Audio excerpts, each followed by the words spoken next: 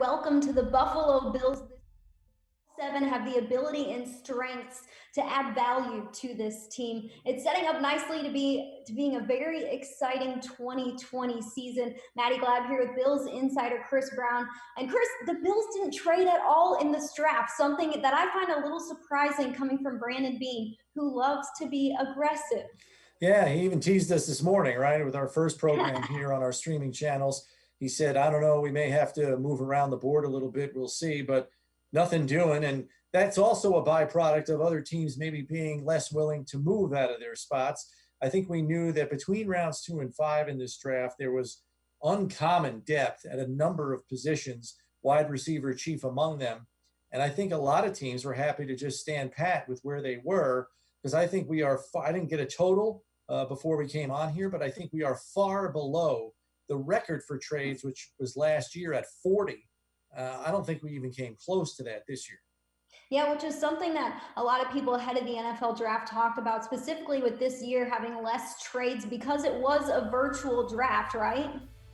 Yeah, absolutely. You know, you worry about logistics maybe a little bit, especially with your early picks, rounds 1, 2, and 3, where you're looking to get your starters. Maybe guys didn't want to mess around with the logistics too much, knowing that you had people in different areas calling different people instead of all being in one room. And that just kind of puts an extra step in the process and might have made some GMs a little uneasy. But later in the draft, you know, the picks don't carry as much weight. Maybe people will be more apt to trade. And I think we saw a little bit more of that on day 3 here. But why don't we get into the guys that are the newest additions to the roster, huh, Maddy? Yeah, so the last time we were on, we had just drafted Jake Fromm, the quarterback out of Georgia. Since then, we've added 3 more players. Let's start off with the kicker, Tyler Bass, out of Georgia Southern. He comes to us with the number 188 overall pick, and a pretty talented kicker. He said on his media conference call that he made a 71-yard field goal yesterday. Chris, what do you like about this kicker? Yeah, I like how he tried to clarify it and say, yeah, you know, I had a little wind at my back, but it was a little practice kick out there for 71 yards. Yeah, he was down at the Senior Bowl when I was down there in January, and it was very evident that he had a very live leg.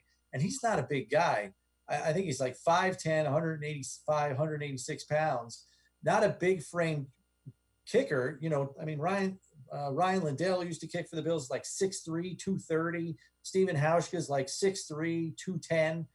Much bigger guys, much longer limbs, but man, this kid's got a live leg, and he was hitting 58 and 60 yarders in warm-ups down at the Senior Bowl. So you see him in person, and the way the ball just pops off his foot, it's pretty impressive. And I think that's chiefly where he's going to have to make his hay if he wants to have a chance to make this roster as a kickoff specialist. And then the question becomes, do the Bills have enough roster spots to take on a luxury type position, a luxury type role like a kickoff specialist? So it's going to be interesting to see, because there's a bounty of players now suddenly at the kicking positions. You got 2 guys that are going to be competing at punter in Kari Vedvik and Corey Bajorquez. And now you've got 2 kickers with Hauschka and this kid Bass.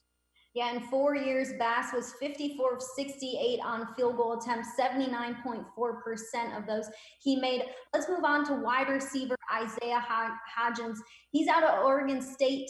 He comes with the number 207 overall pick. He's 6'4", 210 pounds, ran a 4.6 140-yard dash. Hey, he is the son of NFL fullback James Hodgins, who played 8 years in the NFL. In 2019, this guy had 86 catches for 1,171 receiving yards, 13 touchdowns, averaged 13.6 yards per catch. He's got size and competitiveness to play on the outside. He excels at awareness and tracking the ball. Chris, what do you like about this wide receiver that they've added? This guy was the number 1 receiver in the Oregon State offense. He and the quarterback, Ludlow, I think his name is, or Ludow, or Luton, Jake Luton. They had a special combination. A lot of great on-field chemistry.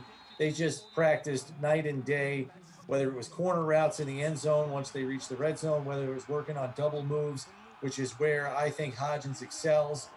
They just seem to have a knack and a special connection out there on the football field, and they were the driving force of the Oregon State offense. Now, what is Isaiah Hodgins? He's a big, long possession type receiver. This isn't a guy that's going to have burst off the line And that's actually one area of his game that probably needs a little bit of work, his releases, because when you're a tall, long-framed wide receiver, there's a lot of body for those press corners to hit you and get you in the chest and knock you off your route. He's got to work on his releases a little bit more, but in terms of his route running, he wins on double moves a lot. He's got really good technique there. And then in the red zone, I mean, a countless number of times, whether it was a fade ball, a corner route, he's just really good going up and winning. And I think the theme here with the two receivers that the Bills took, Maddy, Gabriel Davis and Isaiah Hodgins, large catch radius. So for a quarterback like Josh Allen, who's not pinpoint accurate all the time, these are guys that are still going to get to make plays for him, because all Josh has got to do is get it in their vicinity, and they're going to come down with the football. Yeah, you take someone that's 6'4", 6'2" at receiver. I read a stat from PFF that said he had 179 catchable passes and only dropped 3 in his entire career. That's something you like to see out of a wide receiver coming from college, as somebody who doesn't drop too many balls. Right, and he's got 10-inch hands, so you know why. If you go from his pinky to his thumb, that's 10 inches on his hand, and that's big mitts. And that always helps for the wide receivers, obviously, just gripping the football and pulling it in.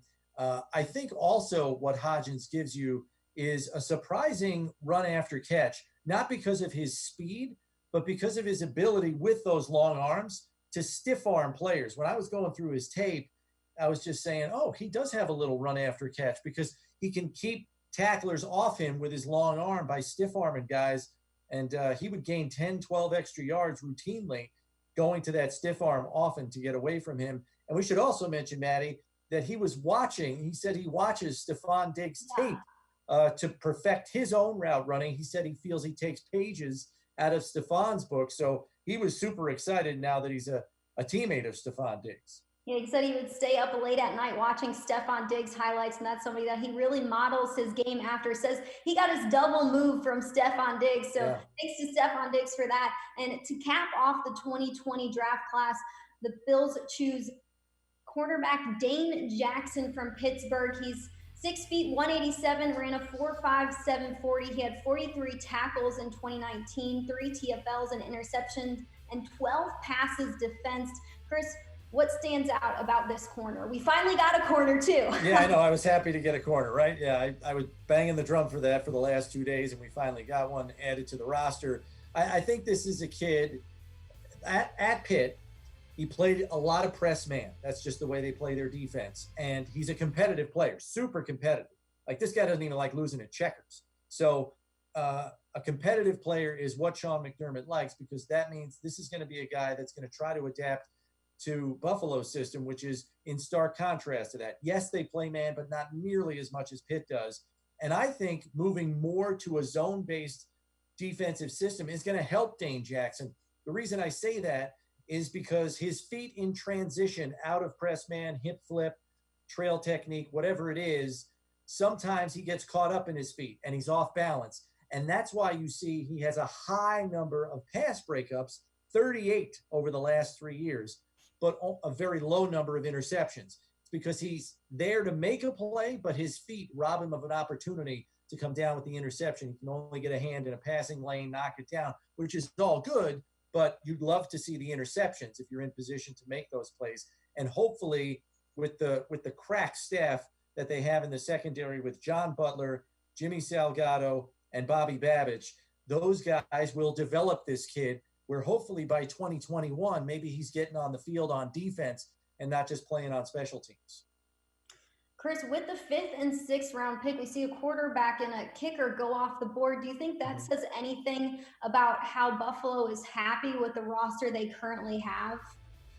Yeah, I think they are probably quote unquote luxury picks, so to speak. And I think the personnel department felt they could take those risks because I think if they grabbed some position players, there was a genuine concern that maybe they don't make the roster. Now, that's not to say, well, we're drafting a quarterback because we don't think a corner can make a roster here, or we're drafting this guy because we don't think another wide receiver can make the roster. I don't think it goes that. It's not, that's overly simplistic because they were considering other positions there. as it was ticking down the board. But I think the value that Jake Fromm presented in the 5th round was so good that Brandon Beane and company just could not pass on him. And what they're getting in Jake Fromm is essentially a primo quarterback understudy, a perfect backup for your starter. You know, Josh Allen is the guy that's got all the physical tools, the competitive fire, all of that. Jake Fromm is basically a professor of football. So even if he's not playing on the field, he's a guy, due to his high football IQ, that brings value to your quarterback room. A guy that's going to be able to sit next to Josh and dissect film during the week, come up with solutions for him as they put together the nuances of the game plan through the course of the week with Brian Daboll and Ken Dorsey, the quarterback's coach. So this is a guy that maybe not right away, because Matt Barkley is that veteran backup right now, but maybe in a year's time could be the main number 2 guy next to Josh Allen, kind of schooling him up and saying, hey, how are we going to get ready for the opponent this week? Yeah, Josh and Jake actually shared the same agent. After Jake was drafted, he said that Josh quickly reached out to him to congratulate him and say that he was just excited to work with him in the quarterback room. It's something you love to hear from a leader as well. And also, Jake Fromm was talking about the Zoom call that he had with his coaching staff that lasted about an hour. He said he walked away from that Zoom call feeling very excited, very pumped up as they went through some installments and things like that. Did anything else stick out to you about some of the player comments from those video conference calls that we had earlier today? Yeah, I mean, I'm with you on the Zoom call. That was very telling, because Fromm said it happened after everything got shut down. So relatively late in the pre-draft process, Maddy. So to spend an hour with Fromm, I think you knew that this coaching staff and this personnel department had him on the radar if he presented himself at the right time. And obviously that did come to fruition in round 5. I wouldn't be shocked if they had a significantly higher grade on him than that. And as we were saying earlier when we were on, it's a matter of trying to assess, well, yes, we like him as a quarterback, but he's obviously not going to be our starter. What value do you put on a guy that you see as a backup? Is it a 4th round grade, a 5th round grade, a 6th round grade? How do you alter the grade based on how you see him on your roster? And that's why you always hear Brandon Beane say it's got to be not only the right player, but it's got to be the right fit for the Bills. This guy might be great on the Atlanta Falcons, but he may not be a fit for us. And I think that was part of weighing this out before they ultimately pulled the trigger. When you look at all these 7 draft picks and how the Buffalo Bills went about their business to address those wants, needs, the best available, you're starting to see the makings of the potential that this team could have. You also see how important Brandon Beane and company believed it was to put weapons around Josh Allen, 2 wide receivers, a running back, a quarterback who could help in that room. Yep. What sticks out to you about how they went about their business in the draft with those 7 picks? Yeah, I mean, you look at what the team did in free agency, and though Stephon Diggs is the headliner, the bulk of the help, at least immediately, is on the defensive side of the ball in free agency. The 3 defensive linemen, the 2 linebackers, Josh Norman, EJ Gaines, a lot of defensive attention in free agency. Well, they flipped the script here in the draft. They went to try to help the offense a little bit more here in the draft with a lot of the guys that you just mentioned. Yes, you have AJ Epinesa at the top of the draft, and I mean, he was a value they just simply could not pass on. But even Brandon Beane said 7 picks away from our pick, not knowing who's going to come to us in round 2, we were looking at offense and we were looking at defense. But I think at the end of the draft here, as we look back on it, you're dead on the money. You needed receiver help, especially size at that position, and you got that with a 6'2" Gabriel Davis, a 6'3.5" Isaiah Hodgins, and the quarterback is going to help Josh in the room and on the sidelines during games on Sundays. And yeah, you needed a running back to complement Devin Singletary. You have depth at that position now. We know that is a battle of attrition through the course of an NFL season. There's almost no team in the league that can get by with just one guy. So to have another guy who's a physical presence at that position certainly helps an offense that, as we said all along here throughout the course of the weekend, Maddy, needed to score more points on a more consistent basis. Now you have 2 true red zone threats with the tall receivers, and you've got a guy who can run between the tackles and get tough yards when you're down on the goal line. Yeah, the Bills were lower in the NFL when it came to offense, yards per game, and points per game. Hopefully, with these additions, they can score more touchdowns. Because, like I said earlier, all but one of the games from last season, that Eagles game was the one game, all but one, they lost by 7 points or less. So that's the difference of a touchdown. And if you add some playmakers like Diggs, these two wide receivers, another running back to complement Singletary, you got to believe that one touchdown more a game is something that's feasible for this team in 2020 as Josh Allen continues to grow and they continue to revamp that offensive line as well. The chemistry is only going to get better for them and Josh Allen as well. Yeah, and you just sparked a thought in my head when you were talking about scoring points. We've talked ad nauseum about the kind of touchdown maker and point producer that Stephon Diggs is. I don't think we should sneeze at the fact that Isaiah Hodgins scored 20 touchdowns in college. That's the second most in Oregon State school history. The guy with the record is a guy by the name of Brandon Cooks, who had 24 at Oregon State and has done pretty well in the NFL. So 20 touchdowns is point produced. I think it just speaks to the point production that he can offer in the red zone for this Bills offense. Chris, when you kind of look at the larger picture and how this team has been built and constructed the last 3 years, entering year 4, Sean McDermott and Brandon Beane together, what comes to mind with the moves they made in free agency every year and what they've done in the draft to be able to put together leading up to what they have now heading into 2020? Yeah, what they have is extraordinary depth at all levels of their defense, whether it's defensive line, which is loaded now after 3 free agent additions, and then A.J. Epinesa, their top draft choice, at linebacker with free agency, the secondary with free agency, and then the corner here at the end, Dane Jackson. Even special teams, Maddy, is going to have additions, whether you're talking about a kicker who, if he makes the roster as a kickoff specialist, is going to improve special teams to a great degree from a touchback perspective. Just little things, those kinds of details were not the kinds of things that this front office was focusing on 2 years ago. They were like, how are we going to get 3 receivers on the field that can actually win on Sunday?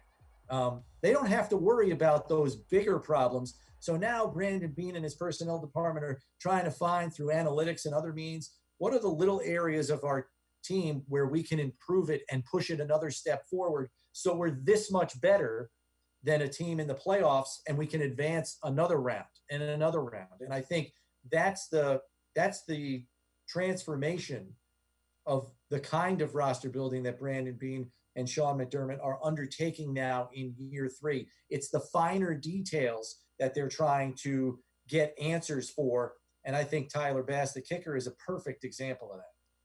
Yeah, you're seeing them start to be more meticulous about those decisions as they start to place those final pieces of the roster together for 2020. And Brandon Beane has said, this roster is never going to be finalized. It's never going to be a complete puzzle because I'm always going to want to go out there and find who's best or who can add to this team in the future.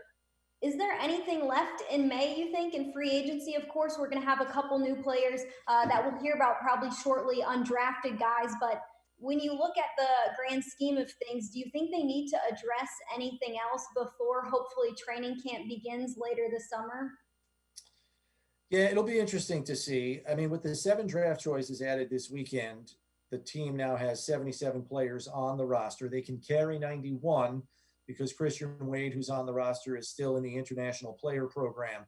So you've got spots. You figure they'll add probably 8 to 9, maybe 10 undrafted rookie free agents that they're probably in the process of trying to sign as we speak. After that, it might just be a player here or there that's still sitting out there in free agency that they can get at the veteran minimum or at the exception rule. So I'm not saying they're not going to do much more, but if anything, it's just going to be to fill out the roster for training camp, and then may the best man win after that. And we've talked about it. This is going to be a very difficult roster for a lot of players to make. A player like Dane Jackson may not even make this roster. He might be sitting on this team's practice squad come September. This is going to be a very, very hard roster to make. Yeah, Chris, I remember going into last training camp, and the word on the street was this is going to be a pretty tough roster to make. It gets even tougher now with this roster. There's 11 wide receivers currently on this team. They held 8 total last year, 2 of those being on the practice squad. But you're seeing what's being added to this roster, and just the potential it can have against AFC East teams in the conference. I want to talk about the AFC East because Brandon Beane said he had a tracker up the entire draft of what moves the AFC East teams were making, because you want to see what the division is shaping up to be like. Is there anyone that surprised you the most? Patriots, Dolphins, Jets, Um, some of those moves that they made?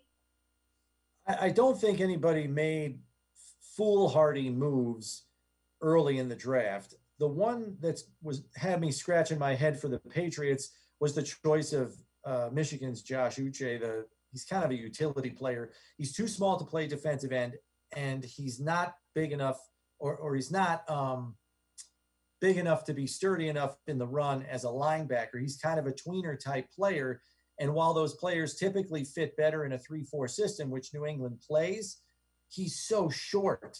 You can't have a short player playing at outside linebacker in a 3-4. So I'm really curious where they see the fit for Josh Uche, who has a role to play in the NFL. I believe that because he is such a good pass rusher. I just don't know how he fits in a 3-4. So that was a head scratcher for me for the Patriots. Anthony Jennings, the outside linebacker from Alabama that the Patriots took in round 3, that's a typical Bill Belichick pick and a perfect fit at outside linebacker in the 3-4. 250, 260 some odd pounds, big player, long, good against the run, good at setting the edge. That's the quintessential type of draft choice. Uche is the complete opposite of that. So I was really thrown by that pick. They needed tight end help, so that didn't surprise me. And then they got offensive linemen late, which I think was a little bit of a reversal of their approach the past couple of years. They've tried to draft linemen higher in the draft, and they've been burned by it. The players have been injured, just bad luck, really, more than anything else. Isaiah Wynn, their Georgia tackle that they took a couple years ago, has had trouble staying on the field each of his first 2 years. So it looks like they flipped the script on it and took their draft picks at offensive line late. The Michigan guard on Wenyu, and then the Wake Forest tackle Heron. So they'll see if they can develop those players. Miami, I know you and I were talking about them a lot this week because they had a lot of draft capital. I don't know about you, but I really liked what they did. The only pick I don't like from them is the Boise State defensive end Curtis Weaver. I just didn't like him as a player overall. That's a player that I wouldn't even take in if I had 20 picks. I just didn't like him as a player. And will he fit there down in Miami? I guess he could. I also like Jason Strobich, the North Carolina defensive end that they took. I think he's a really good fit for a 3-4 because he's a long body who can even kick inside. And then they took Reed Ferguson's brother as long snapper at the end of the draft. So that'll be nice for Reed and Blake that they'll be able to see each other twice a year because these NFL schedules are so hectic. There's really no time to see family during the season. So that'll be kind of neat to see those two guys play against each other twice a year. Yeah. Patriots choose Kyle Duggar. The safety comes off the board at number 37 from Lenore Ryan. I thought that was a pretty interesting pick. And then you look at Miami's first pick, of course, Tua Tagovailoa, and then the Jets' first pick was Mekhi Becton.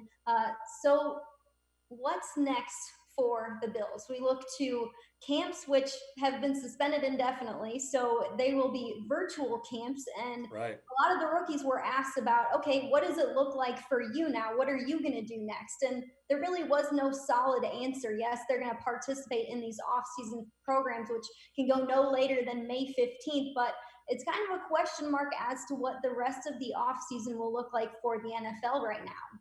Yeah, I mean, rookie minicamp is basically going to be virtual instruction. So you can still get the classroom work done. You can still ask questions sitting in that classroom with your position coach, which undoubtedly will happen. And the good thing about that, at least in the virtual setting, is the rookie minicamp benefits are there's one-on-one attention.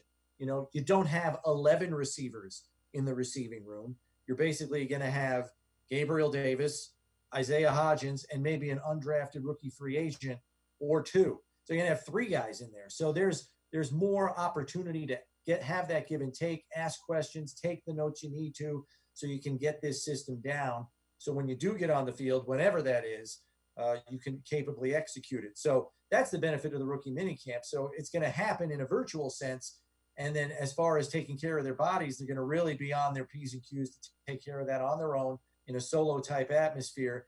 And that does hurt the team culture a little bit, because I heard Mario Addison in a radio interview recently, and he said, yeah, I'm still trying to figure out who are new guys in the door like me and who have been here for 2 or 3 years. Because when you're in the locker room every day, you can just ask those questions in passing.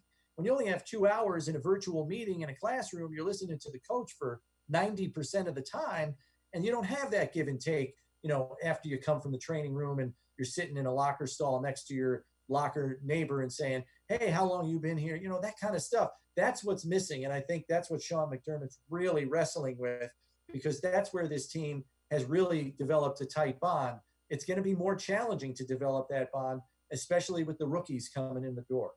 Yeah, this team prides itself completely off of that locker room presence and how tight they are in the locker room. I mean, we're in the locker room quite a bit. You could see just how close these players are with each other, really how much of a family it is in Buffalo. And it is tough to think about that these guys aren't together yet, but hopefully they will be together in the next couple months. Another thing we can look forward to is the schedule release, which will hopefully come out within the next few weeks, fingers crossed. And they've talked about before waiting until after the NFL draft to release the schedule, because some of the best players and where they're going to be, and maybe that makes an impact on some of those night games, some of those bigger games. So another thing that Bills fans have to look forward to here coming up. Hopefully, we know the opponents, we just don't know when and what time. Right. And that's one thing that struck me too in this draft, Maddy. Knowing the Bills are going to be playing the AFC West and knowing they're going to be playing the NFC West, there was an awful lot of speed that got added to AFC West teams. Now, that's a byproduct of those teams in the division with Kansas City saying, we got to get a whole lot faster if we're going to keep up with this Chiefs team that is extraordinarily fast and only got better with the addition of Clyde Edwards-Helaire at the end of the first round, the running back from LSU. So you look at the Raiders, they added a ton of speed on offense and defense. Denver added a ton of speed. They drafted a pair of wide receivers, and they're going to have KJ Hamler in the slot there along with Jerry Jeudy outside. I mean, a lot of these teams put a ton of speed on the field.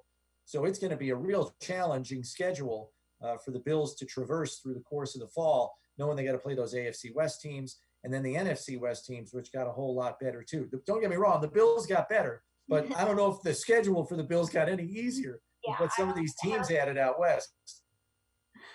Chris, some final thoughts before we sign off. I think Bills fans have a lot to look forward to, a lot to be excited about with this roster, with these 7 picks. AJ Epinesa just kicking things off. The Bills didn't think he'd fall that far, and they're very excited to have him on the team. Zach Moss, what he can bring. I think you walk away from this draft thinking that Brandon Beane and his staff hit a home run, just like they did with that Stephon Diggs trade. This is the thing that I take away. So last year in free agency, and to a certain extent in the draft, the Bills focused on adding speed and elusiveness to their roster. John Brown, Cole Beasley, Devin Singletary, those kinds of players. This year, the focus was, we're going to get guys that can mash you in the mouth and run you over or beat you with power and strength. And I think that's important, because you can't be the ultimate team in the NFL unless you are a well-rounded team. So they added a lot of speed and elusiveness last year. This year they added power and strength, and I think it has diversified the way in which the Bills can win games. If they're in a dogfight 14-10 with the Tennessee Titans like they were last year, now they've got power players to match up with them. If they got to play the Chiefs and the Raiders like they do this year, who have a ton of speed that they can put on the field, they've got elusiveness and they've got speed players that they can match up against them too. So I think they've become a more well-rounded team in terms of the way they can win games with the draft class they put together this year.